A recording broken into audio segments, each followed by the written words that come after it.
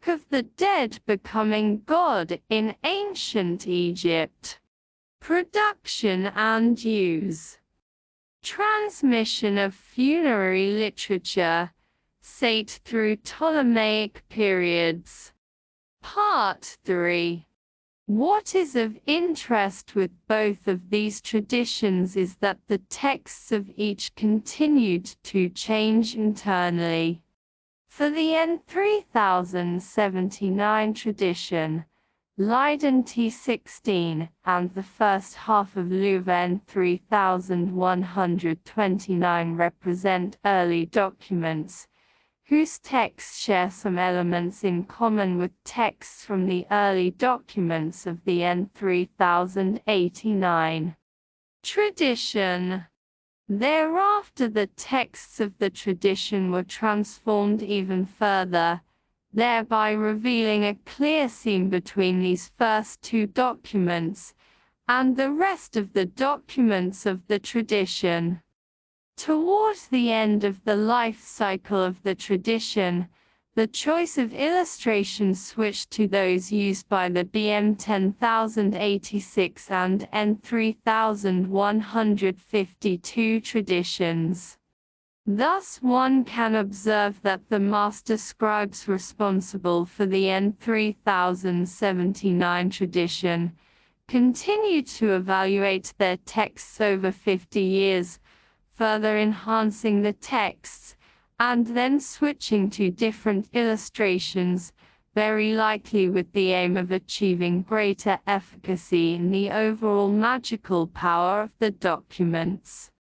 Similarly, the master scribes of the N3089 tradition adapted their texts further, although they retained much more of the pre-Ptolemaic texts, and, like with the N3079 tradition, a clear division can be identified that separates the early documents of the tradition from the later documents.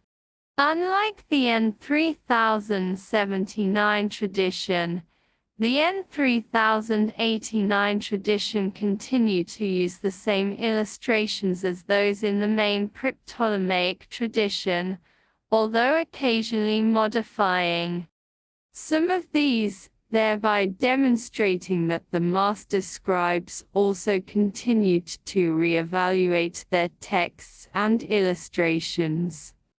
The Ryerson tradition, named after Papyrus Ryerson, in this exhibit, represents further evolution, primarily out of the N3089 tradition, but the master scribes also made more use of SAITE source coupled with the use of sources from the pre-Ptolemaic hieroglyphic tradition. In the opinion of this author, the documents of this tradition date to the second half of the 3rd century BC. The new features added to the texts also demonstrate intelligent thinking, but occasions where corrupt text from pre-Ptolemaic hieroglyphic source was used make one wonder how astute these scribes were. Possibly they thought that mixing in text from sources much older added greater efficacy, regardless of whether the texts made sense or not. During the second half of the 3rd century BC, two sets of documents represent work of two new workshops. The Pseudo-Theban X tradition offers virtually nothing new in terms of enhanced texts. Rather, it made primary use of SAITE sources, although with a few scattered features taken from the Ryerson tradition. Undoubtedly the most interesting document of this group, now in the Staatliche Sammlung Ägyptischer Kunst in Munich, clearly consisted of two separately produced parts. The first part of the document follows the SAITE style and it was clearly produced from stock. Space had been allocated for the name and titles of the deceased and his mother to be added later, but the spaces were too wide, so that when a scribe later added those names and titles, he had to stretch the characters out in order to fill the space. For the second half of the document, however, the spacing was perfect, indicating that this part was custom-made for the deceased.